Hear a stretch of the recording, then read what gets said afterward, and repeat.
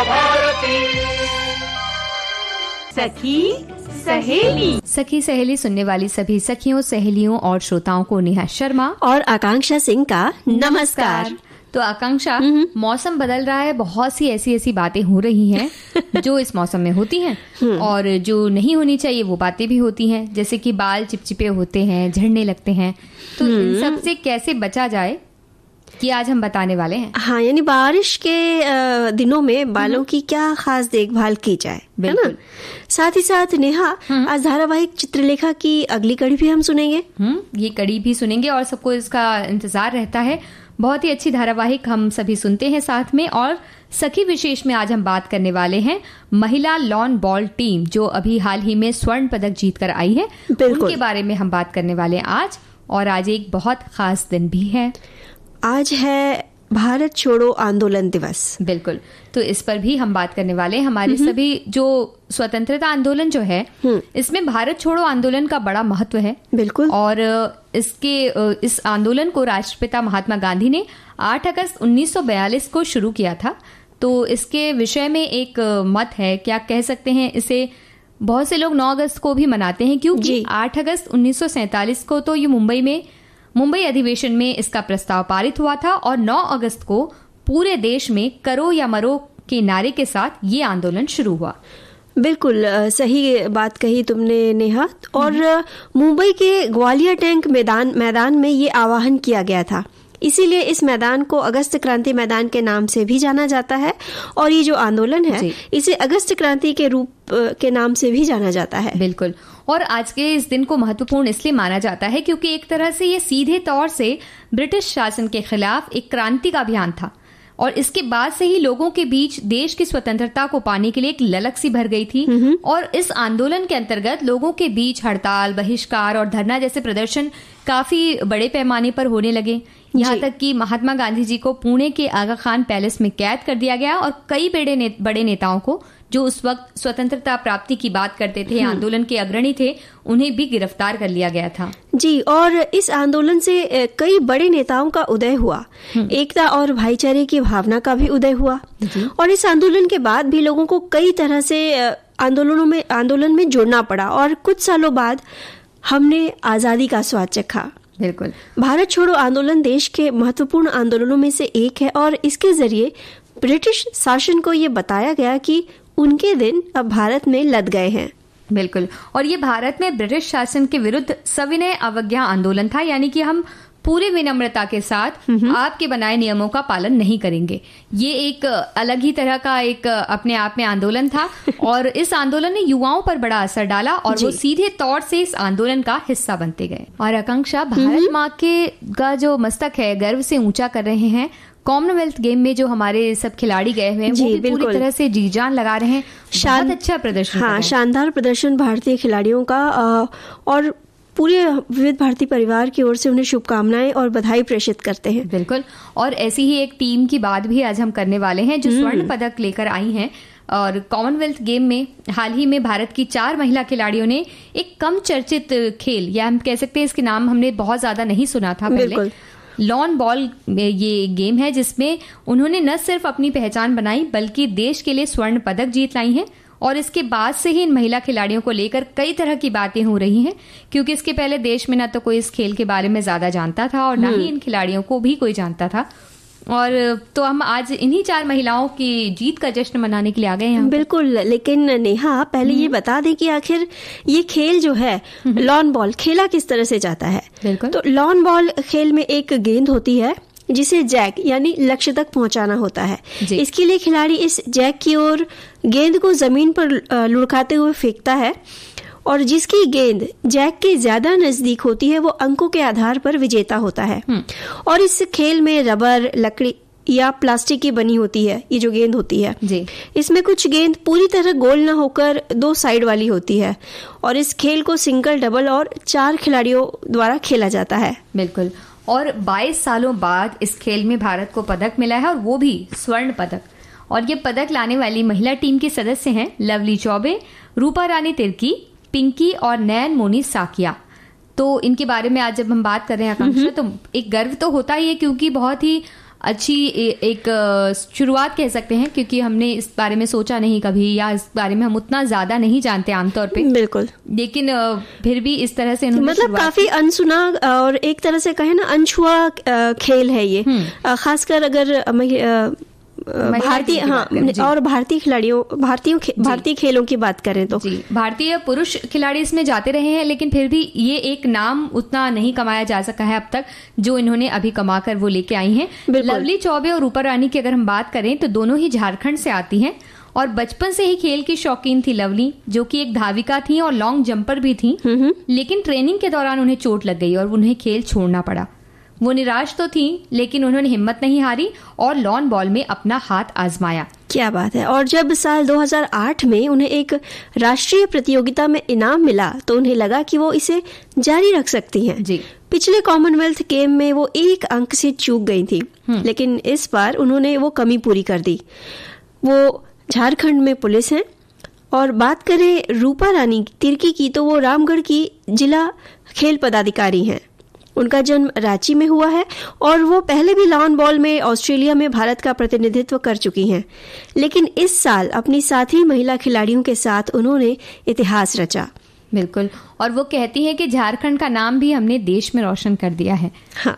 तो इन दिनों आकांक्षा हमारे पांव भी बादल पे हैं, ऐसा कह सकते हैं, क्योंकि जब जब हमारे खिलाड़ी कुछ इतना अच्छा प्रदर्शन कर रहे हैं या वहां पर जाकर भारत को रिप्रेजेंट करते हैं, भारत के प्रतिनिधि के तौर पर जब वो खड़े होते हैं किसी भी खेल में, तो ऐसा लगता है कि वाह, कुछ तो बड़ा अच्छा काम हो रहा है। बिल्कुल। और नेहा पदक कोई भी हो, हाँ, चाहे स्वर्ण हो, चाहे रजत हो, चाहे कांस्य हो, जब पदक तालिका में अपने देश का नाम आता है तो सर गर्व से ऊंचा होना लाजमी है। बिल्कुल। और अगर बात की जाए पदक, मान लीजिए अगर ना भी जीत पाते हैं बहुत से खिलाड़ी, तो भी वहां तक पहुंचना भी अपने आप में बहुत कोशिश करना। जी। तो इस तरह से हार ना मानते हो और लगातार वो कोशिश करते, जैसे कि हमने अभी थोड़ी देर पहले ही कहा कि भाई कॉमनवेल्थ गेम में जो रूपा रानी तिर्की थी वो पहले गई थी, पिछले साल भी गए थे और 1 अंक से चूक गई थी। जी। तो 2 की तो हमने बात कर ली कि जो 2 खिलाड़ी झारखंड से हैं, लवली चौबे और रूपा रानी तिर्की की हमने बात कर लिया। बात करें पिंकी और नैन मोनी साकिया की, तो पिंकी जो है वो दिल्ली से ताल्लुक रखती हैं और वो एक फिजिकल एजुकेशन टीचर हैं। स्कूल में पढ़ाने के समय ही उन्हें इस खेल के बारे में पता चला और उन्होंने मेहनत से आज एक मुकाम हासिल किया है। पहले वो एक क्रिकेट खिलाड़ी भी रह चुकी हैं और दिल्ली विश्वविद्यालय में टीम की कप्तान थी। इसी स्कूल को जब लॉन बॉल की प्रैक्टिस के लिए चुना गया तो उनकी दिलचस्पी इस नए खेल की ओर बढ़ती चली गई। उन्होंने क्रिकेट को अलविदा कहकर इस खेल की ओर कदम बढ़ा दिए। बिल्कुल। और बहुत ही सही कदम बढ़ाए, हम तो ये कहते हैं। और नैन मोनी साकिया की कहानी तो इससे बिल्कुल अलग है। वो असम की हैं और अपनी खेल की शुरुआत उन्होंने वेट लिफ्टिंग से की थी, लेकिन उनके पैर में चोट लग गई और इसके बाद उन्होंने लॉन बॉल को अपना लिया। असम के फॉरेस्ट डिपार्टमेंट में वो कार्यरत हैं और उन्होंने 2007 में लॉन बॉल को चुना और आज वो देश में एक जाना माना नाम बन गई हैं। और ये महिलाएं हमें सिखाती हैं कि हार के बाद भी हम अपना अगर हौसला कमजोर ना होने दें तो किसी न किसी तरह से फिर एक नई शुरुआत कर सकते हैं और कुछ ना कुछ हम हासिल भी कर सकते हैं। एकदम कर सकते हैं। तो ये हासिल तो हमने किया है, लेकिन ये ऐसा लगता है ना, जब इतनी सारी बातें होती अच्छी अच्छी, तो ऐसा लगता है कि कुछ एक गीत चले। और हमारे श्रोताओं से हम ये पूछना चाहते हैं कि आपने कभी अपने बचपन में कोई खेल खेला है और कैसा खेल खेला है, कौन से खेल में आपकी रुचि रही है देखने के लिए, ये हमें बताइए। क्रिकेट के अलावा कौन सा खेल आप देखते हैं या खेलते रहे, ये हमें बताइए। तो आकांक्षा, हम इनकी बात कर रहे हैं। हमारी एक साथी लिखती हैं कि दूरदर्शन पर इन महिला खिलाड़ियों का खेल लाइव प्रसारण में देखा, बहुत सधे हाथ और एकाग्रता। तो बिल्कुल ऐसा लगता जरूर है कि हाथों से बॉल ही तो लुढ़कानी है, लेकिन इसके लिए भी एक तो बॉल का वजन ज्यादा होता है, दूसरा बिल्कुल एक जहां लक्ष्य है वहीं आपको लेके जाने हैं, तो इसलिए वो एक उसके लिए एकाग्रता भी बहुत जरूरी है। बिल्कुल। और अपने आप को एकदम संयत रखना पड़ता है कि बॉल थोड़ी भी इधर से उधर दिशा ना चूके। और हमारे कई सखियों ने, श्रोताओं ने भारतीय टीम को, भारतीय खिलाड़ियों को बधाइयां भी दी हैं और शुभकामनाएं भी दी हैं। बिल्कुल, आपके माध्यम से तो हम ये बधाइयां उन तक पहुंचा रहे हैं, आपकी बधाइयां भी, और आपके माध्यम से हम भी एक बार फिर से उन सभी को बधाई देना चाहते हैं। हमारे एक साथी लिखते हैं कि आज मात्र 9 रन से स्वर्ण पदक से चूक गई भारत की महिला टीम, पर यहाँ तक पहुंच गई ये भी कुछ कम तो नहीं। तो ये जो एक पंक्ति इन्होंने लिखी ना कि यहाँ तक पहुंच गई ये भी कुछ कम नहीं, ये बिल्कुल सही बात है। वहां तक पहुंचना भी अपने आप में एक विजेता होने की बात होती है। बिल्कुल। और हमने जब जो प्रश्न किया था ना नेहा कि कौन से खेल, तो कई श्रोताओं ने हमें उत्तर भी दिया है। हमारी एक सखी कह रही है कि कबड्डी, बैडमिंटन, टेनिकोइट, रिंग, इन खेलों को खेला भी है और स्कूल के खेल में भाग भी लिया है। तो ये तो बड़ी अच्छी बात इन्होंने बताई है। एक आध जो खेल है वो थोड़े नए से लग रहे हैं हमें, हमने तो उससे नहीं खेला है। तो अच्छी बात है कि हमारी सखी ने वो खेल खेले हैं, और हम तो देखो हमारी इन सखी ने तो बड़ी ही जल्दी इसका जवाब दे दिया, क्योंकि जल्दी से अगर जो काम किया जाए तभी खेल में होती है विजय। हाँ। तो इसलिए हम चाहते हैं कि हमारे बाकी जो श्रोता हैं वो भी बिल्कुल तैयारी के साथ आ जाएं और बताएं कि कौन कौन सा खेल वो खेला करते थे बचपन में। क्रिकेट के अलावा कौन सा खेल उन्होंने खेला है और उन्हें अच्छा लगता था, या मान लीजिए कि अपने स्कूल की टीम में वो रहे हों, कॉलेज की टीम में रहे हों। बिल्कुल, चलिए क्रिकेट भी हम मान लेते हैं, क्रिकेट भी बता दीजिए, खेल तो खेल ही होते हैं। तो इस तरह से आप हमें बताइए कि किस किस खेल में आपने भाग लिया है। और अभी जब बालों की हम बात करते हैं ना, क्योंकि देखो खेलने जाएंगे तो बालों की देखभाल करना भी बहुत जरूरी है। और हमारे श्रोताओं के कमेंट्स आए, जब तक हम रुककर बालों की देखभाल के बारे में बात कर लेते हैं, तब तक उनके कमेंट्स हम तक पहुंच भी जाएंगे। वरना हमारे पास एक बहुत ही राज की बात भी है जो हम उन्हें बताने वाले हैं, बाद में बताएंगे। हाँ, तो अब हम ये फिलहाल तो ये राज की बात बताएं कि बारिश में बालों की देखभाल किस तरह से की जाए। अब इसके बारे में राज कहाँ रहा, हमारे साथियों ने लिख कर भेजा है इस बारे में भी, और अच्छी कहते हैं ना, अच्छे खासे नुस्खे लिख के भेजे हैं। तो बारिश के मौसम में होता क्या है नया, नमी बढ़ जाती है। हाँ, और बाल जो हैं वो चिपचिपे से लगने लगते हैं। मतलब अगर आज धोए तो कल तक फिर ऐसा लगेगा कि उफ कितने गंदे हैं। हाँ। और होता ये है कि अगर बाल गंदे हों तो कभी कभी सरदर्द की परेशानी हो जाती है, बालों में रूसी की समस्या बढ़ने लगती है। और इसके कारण होता क्या है कि कभी कभी तो माथे की त्वचा पर या गर्दन की पिछली त्वचा पर रैशेस आने की समस्या भी बढ़ जाती है, खुजली होना, और तो बाल झड़ने लगते हैं इन सब चीजों की वजह से। तो हमारे साथी ने तो लिखा है कि दूसरे मौसम की अपेक्षा बरसात में बाल आमतौर पर अधिक झड़ते हैं, तो इस मौसम में देखभाल की जाए ठीक से, ये जरूरी है। और इसके लिए सप्ताह में कम से कम एक बार बालों की जड़ों में गुनगुने तेल की मसाज देनी चाहिए।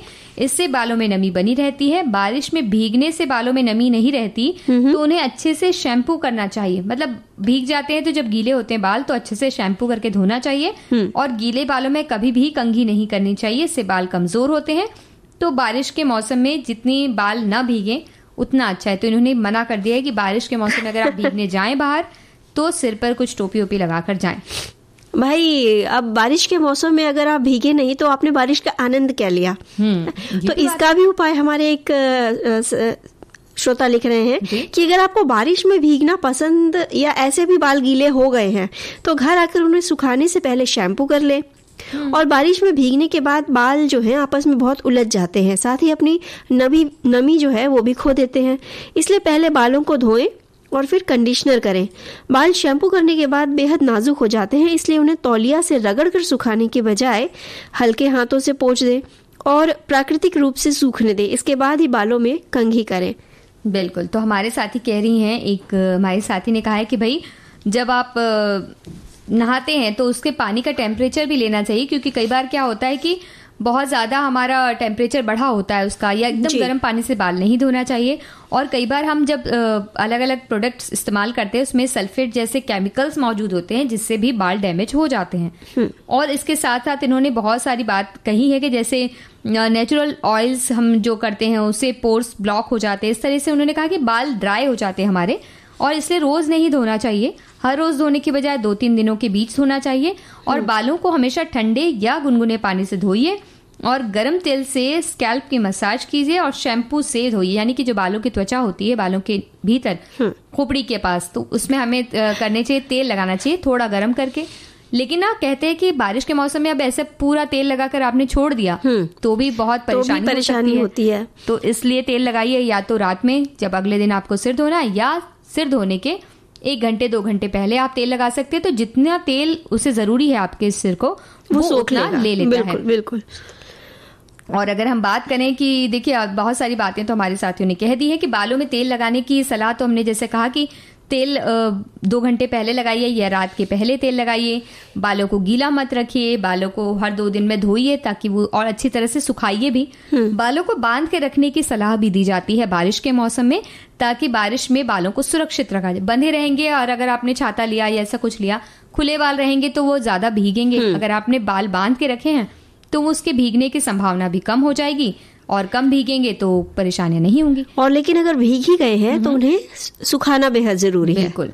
और अगर बिना भीगे अगर हमने रख लिया तो कई बार ऐसा होता है कि जूं भी हो जाती है बालों में, तो इसके लिए आप कपूर का तेल लगा सकते हैं। नारियल के तेल में थोड़ा कपूर अगर आप मिलाकर बालों में लगाते हैं और उसी तरह से 1-2 घंटे रखते हैं तो धीरे धीरे आपके बालों के जूं जो है वो भी नष्ट हो जाती है। बिल्कुल। और भाई नेहा, बालों की देखभाल के लिए अगर जैसे ये केमिकल युक्त जो प्रोडक्ट्स होते हैं वो इस्तेमाल अगर हम ना करना चाहें या कम करना चाहें, तो याद करो कि पहले हमारी जो दादी थी, नानी थी, वो क्या करती थी। उनका एक सिंपल सा सरल सा नुस्खा होता था, मुल्तानी मिट्टी और उसमें दही या बेसन का बेसन मिलाकर उसका मिश्रण बालों में लगाया जाता था और थोड़ी देर 20 से 25 मिनट रखने के बाद उसे धुलवा दिया जाता था, जिससे उससे तेल भी निकल जाता था और बालों की जो गंदगी थी वो भी निकल जाती थी और एक तरह से चमक आ जाती थी बालों में, मुलायम भी हो जाता था। बिल्कुल। और इसके अलावा शिकाकाई था या रीठा था, भिगा के उससे भी बालों की सफाई होती थी। बिल्कुल।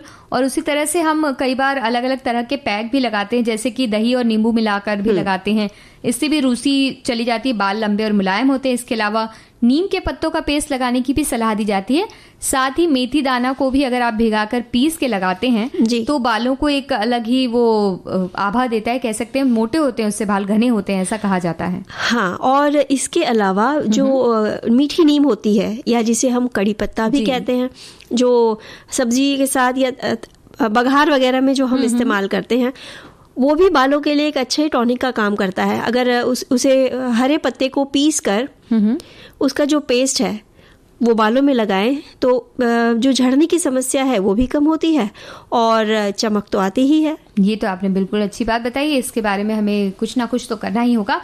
साथ ही अगर बालों की देखभाल करते हैं तो जरूरी तेल, कंडीशनर, ये सब तो हमने बालों में सब लगा लिया, लेकिन अगर अच्छा खाना खाएंगे आप, सलाद या हरे फल, माफ कीजिएगा, हरी सब्जियां और फल अगर आप खाते हैं तो भी आपका शरीर स्वस्थ रहेगा और इससे बाल भी स्वस्थ रहेंगे। तो पोषक आहार स्वस्थ बालों के लिए बेहद जरूरी है। तो सखी, हमने इतनी बातें तो कर ली हैं बालों से संबंधित। अब जब इतनी सारी जुल्फें जब हमारी अच्छी अच्छी हो जाएंगी तो हम क्या करेंगे? गीत गाएंगे। तो नेहा, ये जो जुल्फे घनी और चमकीली हुई हैं तो उन्हें संवारना भी तो जरूरी है ना। बिल्कुल। तो उन्हें संवारते हैं हम। तब तक हम सभी मिलकर सुनते हैं चित्रलेखा। चित्रलेखा।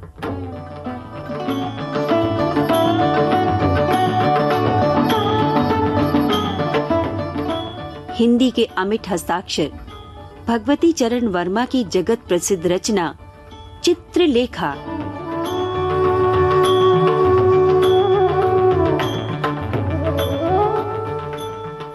कथा संसार के आकाश का प्रखर उजाला। चित्रलेखा।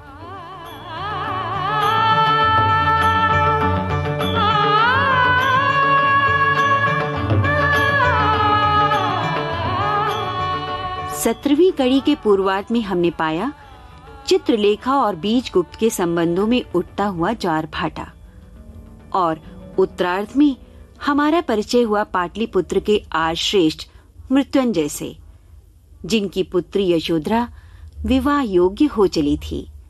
आइए अब आगे बढ़ें।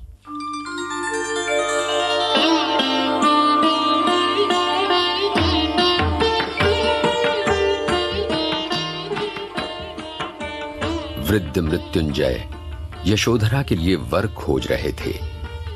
एकाएक उनकी दृष्टि बीजगुप्त पर पड़ी। बीजगुप्त का विवाह न हुआ था और बीजगुप्त उच्च कुल का नवयुवक था। मृत्युंजय के हितैषियों ने मृत्युंजय से एक नहीं अनेक बार बीजगुप्त और चित्रलेखा के संबंध का वर्णन किया, और उन हितैषियों में वे व्यक्ति भी थे जिनके हृदयों में यशोधरा को पुत्रवधू बनाने की लालसा प्रबल थी, पर अनुभवी और वृद्ध मृत्युंजय ने सदा यही उत्तर दिया, यह बीजगुप्त के उन्माद का काल है। भविष्य बहुत लंबा चौड़ा है और बीजगुप्त यथेष्ट शिक्षित। वो इस समय अनुभव सागर में तिर रहा है। बीजगुप्त उस दिन मृत्युंजय के घर पर आमंत्रित था। यशोधरा की वर्षगांठ के उपलक्ष्य में मृत्युंजय के यहां एक विशाल उत्सव था। बीजगुप्त ने यशोधरा को एक आध बार, जब वो निरी बालिका थी, देखा था। मृत्युंजय से उसका विशेष परिचय भी न था। उस दिन मृत्युंजय के यहां से निमंत्रण पाकर उसे आश्चर्य हुआ, और उससे भी अधिक आश्चर्य उस समय हुआ जब उसने ये पढ़ा कि वो चित्रलेखा के साथ आमंत्रित है। बीजगुप्त ने चित्रलेखा से कहा, चित्रलेखा, एक विचित्र बात हुई है। तुम वयोवृद्ध मृत्युंजय को जानती होगी। हाँ। और संभवतः उनकी कन्या यशोधरा को भी। हाँ, उसे भी एक आध बार देखा है। यशोधरा की वर्षगांठ के उपलक्ष्य में आज मृत्युंजय के यहाँ उत्सव में आमंत्रित हूं। मेरा मृत्युंजय से अधिक परिचय नहीं है, इसलिए इस निमंत्रण को पाकर मुझे आश्चर्य हुआ है। पर इससे भी अधिक आश्चर्य मुझको इस बात पर हुआ है कि मेरे साथ साथ तुम भी आमंत्रित हो और तुम्हें मेरे द्वारा निमंत्रण मिला है। इसका अर्थ यह है कि मेरा जाना अनुचित है। नहीं चित्रलेखा, तुम्हें निमंत्रण मिला है मेरे द्वारा और मेरे साथ चलने का। यह उचित भी है, क्योंकि समाज तुम्हारे और मेरे संबंध को पवित्र मानता है। बीजगुप्त, मैं उच्च कुलों के उत्सवों में केवल नर्तकी की स्थिति में ही जाने के अभ्यस्त हूं। बहुत संभव है कुलीन स्त्रियां मेरा अपमान करें। यदि ऐसी स्थिति उत्पन्न हो गई तो क्या करना होगा, ये मैं नहीं जानती। मेरे साथ रहते हुए तुम्हारा अपमान करने का साहस किसी को ना होगा, ये विश्वास रखो।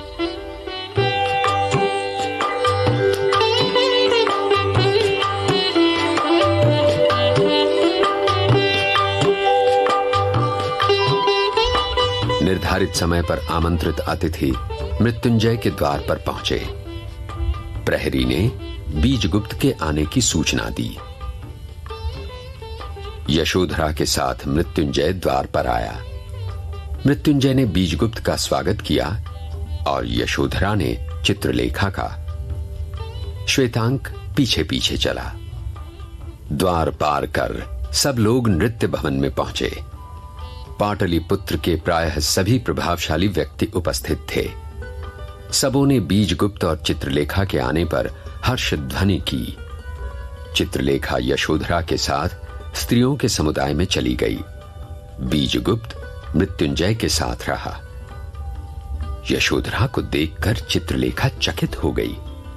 उसे आज तक अपनी सुंदरता पर गर्व था और आत्मविश्वास था, पर यशोधरा ने एक क्षण में उसका गर्व दूर कर दिया, आत्मविश्वास डिगा दिया। यशोधरा ने आदरपूर्वक चित्रलेखा को आसन दिया और स्वयं उसके पास बैठ गई। यशोधरा को चित्रलेखा के पास बैठा देखकर और चित्रलेखा का विशेष आदर करते देखकर अन्य महिलाओं को बुरा लगा। अपने बाल्यकाल में यशोधरा ने चित्रलेखा का नृत्य देखा था। उस समय वो चित्रलेखा के नृत्य से प्रभावित भी हुई थी। आज उसे उसके पिता का आदेश था कि वो चित्रलेखा के साथ रहे। ये काम यशोधरा को रुचिकर था। चित्रलेखा के चारों ओर युवतियां एकत्रित हो गई थीं। कुछ हंस रही थीं और कुछ व्यंग्य वचन कह रही थीं, पर चित्रलेखा ने इसका बुरा न माना। अपनी स्थिति वो बहुत अच्छी तरह से समझती थी। पास ही खड़ी हुई एक बहुत बड़ी सामंत की स्त्री ने कहा, आज नर्तकी चित्रलेखा को हमारी समता करके हमारे समाज में आने के उपलक्ष्य में बधाई हो। अपने सौंदर्य के बल से अपना स्वागत कराने के लिए अभिमानिनी स्त्रियों को बाध्य करने वाली को बधाई की क्या आवश्यकता है। एक ने दूसरी की ओर देखा और दूसरी ने तीसरी की ओर। बात जिस तीव्रता से कही गई थी उसका प्रभाव एकत्रित पुरुष समुदाय पर भी पड़ा। बीजगुप्त उस ओर घूम पड़ा। चित्रलेखा की हास्य ध्वनि झंकृत हो उठी। इस बार यशोधरा ने आगे बढ़कर चित्रलेखा से कहा, बहन, तुम लोक व्यवहार में बहुत कुशल हो, तभी तो इतनी प्रभावशालिनी हूं।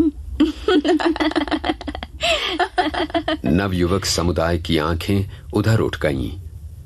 बीजगुप्त से उसी समय उन नवयुवकों ने गाने का प्रस्ताव किया। वीणा लेकर बीजगुप्त ने राग छेड़ा। चारों ओर निस्तब्धता छा गई।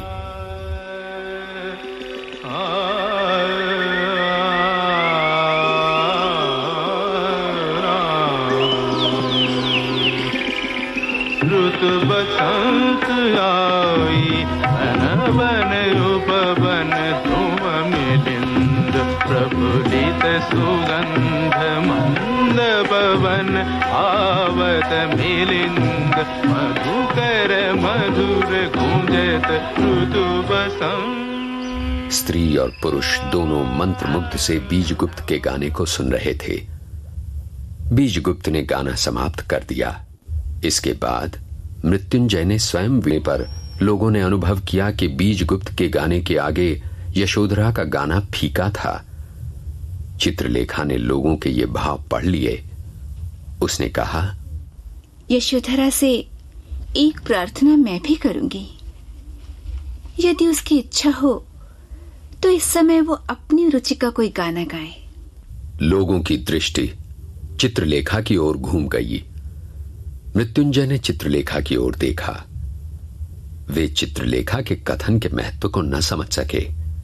फिर भी प्रार्थना एक आमंत्रित अतिथि द्वारा की गई थी। मृत्युंजय ने वीणा में स्वर भरे और यशोधरा ने गाना आरंभ किया।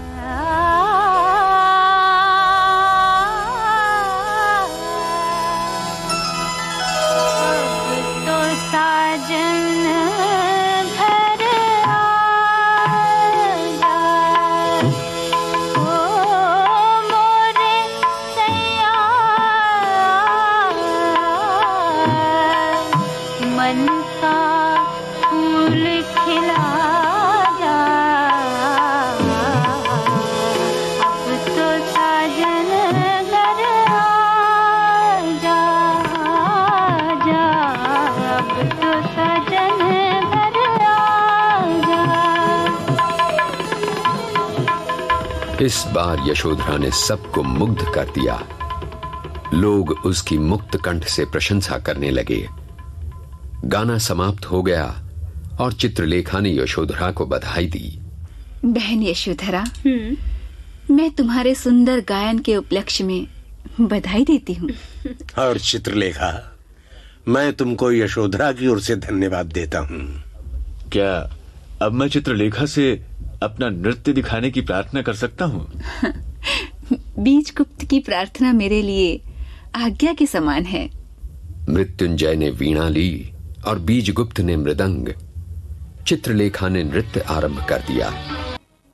बीजगुप्त की प्रार्थना को आज्ञा कहने वाली चित्रलेखा शायद अपने प्रेमी के लिए जीवन भर नृत्य कर सकती थी, किंतु परिस्थितियों ने उसकी ऐसी भावना का आदर नहीं किया।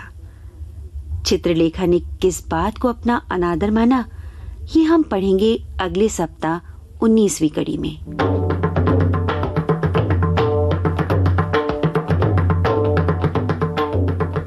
आज की कड़ी में मृत्युंजय बने विनोद शर्मा, बीजगुप्त और चित्रलेखा कमल शर्मा और दिशी दुग्गल। यशोधरा की भूमिका में थी सुलक्षणा खत्री और इस उपन्यास के सूत्रधार हरीश भीमाणी।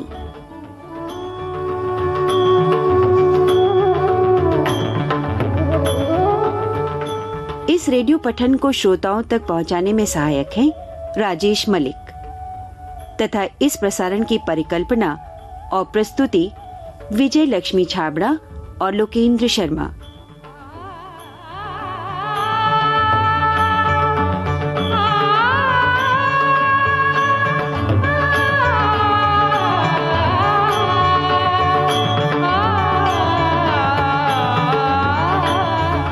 बीनू कलसी का अगली कड़ी तक नमस्कार।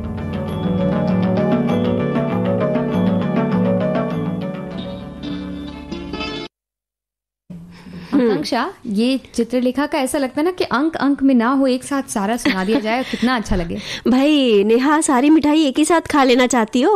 हमें समझ में आ गया है कि इंतजार का भी एक आनंद होता है, तो इंतजार किया जाए। आकांक्षा, हवाएं कभी गाती हैं, आपने ऐसा सुना है? भाई नेहा, हवाओं का जो संगीत है ना, बहुत सुरीला होता है, बस ध्यान दे के सुनने वाली बात है। बिल्कुल, और ठंड में वो कान में जब घुसती हैं हवाएं तो ऐसा लगता है इतना ठंडा ठंडा जो संगीत है, मन और तन सबको ठंडक दे जाता है बहुत ज्यादा, और कभी ज्यादा ही ठंडक दे जाता है। तो उस ठंडक से भी बचना बहुत जरूरी है अभी के मौसम में भी। बारिश में भी ठंडी ठंडी हवाएं चलती हैं। हाँ, और ये जो बारिश का ये जो मौसम है, जो हम बालों की देखभाल कर रहे थे की बात कर रहे थे, तो सखी एक कह रही है हमारी कि बारिश के दिनों में बाहर जाते समय बाल बांध कर जाएं, खासकर दुपहिया वाहनों पर। खुले बाल ज्यादा उलझ जाते हैं और बारिश में भीगे बाल सुलझाने की कोशिश ना करें, खुद से सूखने दें। बिल्कुल, तो बहुत ही अच्छी उपयोगी टिप्स इन्होंने दी हमें। और वैसे भी बाल जब खुले रहते हैं तो खेलने निकल जाते हैं, वो हवाओं के साथ जब खेलते खेलते अठखेलियां करते हुए जब बाल घर पहुंचते हैं, तब तक जैसे बच्चे घर में खेल कूद के पहुंचते हैं तो क्या हालत होती है उनकी, कुछ वैसी ही हाल में वो भी पहुंचते हैं। बिल्कुल, खेलने कूदने की जो बात तुमने कही नेहा, तो हमने जो प्रश्न किया था ना कि कौन सा खेल हमारे साथी खेलते हैं या खेला करते थे, तो हमारे बहुत सारे श्रोताओं ने लिखा है। बिल्कुल, हमारे एक साथी कहती हैं कि मुझे बैडमिंटन खेलना अब भी अच्छा लगता है, और एक साथी कहते हैं कि उन्होंने hurdle race, volleyball, basketball, badminton खूब खेला है स्कूल में भी, और बैडमिंटन तो वो अभी तक खेलते हैं। क्या बात है। तो खेल खेलते रहना चाहिए, खेल को रोकिए मत। अपने शरीर को स्वस्थ रखने के लिए व्यायाम किसी भी रूप में हो करना बेहद जरूरी है। और खेलने से नेहा तन तो स्वस्थ रहता ही है, मन भी स्वस्थ रहता है। बिल्कुल। एक हमारे साथी का कहना है कि मैं तो नहीं पर मेरा 14 वर्षीय बेटा खेलता है। स्कूल में ही अपने वर्ग के लिए कराटे, शतरंज, कबड्डी और तीनों में ही अव्वल आता है। अपने दलों को जिताता भी है। क्रिकेट भी अच्छी खेलता है, पढ़ाई में भी प्रथम। कराटे में जिला स्तर की कई प्रतियोगिताएं खेली हैं और पदक प्राप्त किए हैं। तो भाई इनके बेटे को शुभकामनाएं देते हैं और अच्छे भविष्य के लिए बधाई भी देते हैं। और हम तो कहते हैं कि वो भी थोड़ा बहुत खेलें उनके साथ में, ताकि धीरे धीरे उन्हें भी बड़ा आनंद आए, और बेटी को भी आनंद आएगा जब उनके पिता या उनके परिवार के सदस्य जब साथ में खेलते हैं तो भी आनंद आता है, थोड़ा बहुत सिखाने मिलता उन्हें। और हमारी एक साथी कह रहे हैं कि बस स्टेपो उनका पसंदीदा खेल था और हम बचपन में घंटों खेलते रहते थे। अब ये तो बड़ी अच्छी बात कही। लेकिन स्टेपो होता क्या है भाई? देखिए, हमें तो जहाँ तक पता है स्टेपो वो होता है जिसमें 6 खंड बनाए जाते हैं एक साथ लगे हुए, और उसमें एक में पत्थर फेंका जाता है और दूसरे तरफ से हम लंगड़ी टांग चलते चलते कूदते कूदते वहां तक पहुंचते हैं, और पैर से ही धकेल के उस पत्थर को बाहर करना होता है और कूद के उसमें पैर भी रखना होता है, वरना आउट हो जाते हैं। अच्छा। और जब दूसरी टर्न होती है, दूसरी बारी आती है, तो दूसरे नंबर के जो बॉक्स होता है उसमें आपको फेंकना होता है, फिर इसी तरह से तीसरे में डालना होता है, बढ़ता जाता है। हाँ, तो इस तरह से आप खेलते हैं स्टेपो। अगर हमने सही नहीं कहा तो हमारे साथी हमें बता दें। बल्कि नेहा तुमने जो कहा उसे तो हम लंगड़ी छप्पी कहा करते थे। देखिए, वही है, खेल अलग अलग नहीं है, खेल तो वही है, नाम अलग अलग है और बदल जाते हैं। वैसे मुझे ये लगता है कि हमारे जो साथी हैं इन्होंने कभी छुपन छुपाई नहीं खेली। बिल्कुल खेली होगी भाई नेहा। छुपम छुपाई ऐसा कोई भी व्यक्ति नहीं होगा जिसने अपने बचपन में ना खेली होगी। तो ये तो खेला ही होगा। और कई बार ऐसा होता था कि छुपन छुपाई में छुप जाते थे और उसके बाद में फिर मिलते ही नहीं थे, और कई बार तो कुछ लोग तो ऐसा छुपते थे कि पूरा खेल खत्म हो जाता था, सब और कुछ तब भी नहीं पकड़ में आते थे। फिर मम्मी वगैरह जाते थे और उनको उठा के लेके आते थे, किसी पड़ोसी घर में सो गए हैं या कहीं बैठ के कुछ खा रहे हैं, या तो बिल्कुल ऐसा छुप गए हैं कि किस लोगों ने कहा कि ठीक है उनको छोड़ दो, हम खेल आगे बढ़ा लेते हैं। भाई ये जो छुपम छुपाई की बात हो रही है ना, तो एक वो क्या है जो छुपने में और चकमा देने में बहुत माहिर होता है। भैया आप बात मच्छरों की कर रही हैं, हमें ऐसा लगता है, क्योंकि इन दिनों तो मच्छर इसी तरह से जब हम गमले में जिन्हें पौधे रखते हैं उसमें पानी देते हैं, नीचे पानी जमा हो जाते हैं, या वॉश में भी हम कई बार पानी डालकर उसमें पौधे रखते हैं, या अपने फूलों को सजाते हैं घर में, तो इन पानियों में छुपे छुपे चुपचाप से छोटे छोटे मच्छर जाके वहां छुप जाते हैं और बच्चे भी दे देते हैं, अंडे दे देते हैं, उससे और नए मच्छर पनपते जाते हैं और फैलता है डेंगू। बिल्कुल, डेंगू, मलेरिया और मच्छरों द्वारा जनित जो बीमारियां हैं गंदा पानी जमा होने की वजह से ही फैलता है।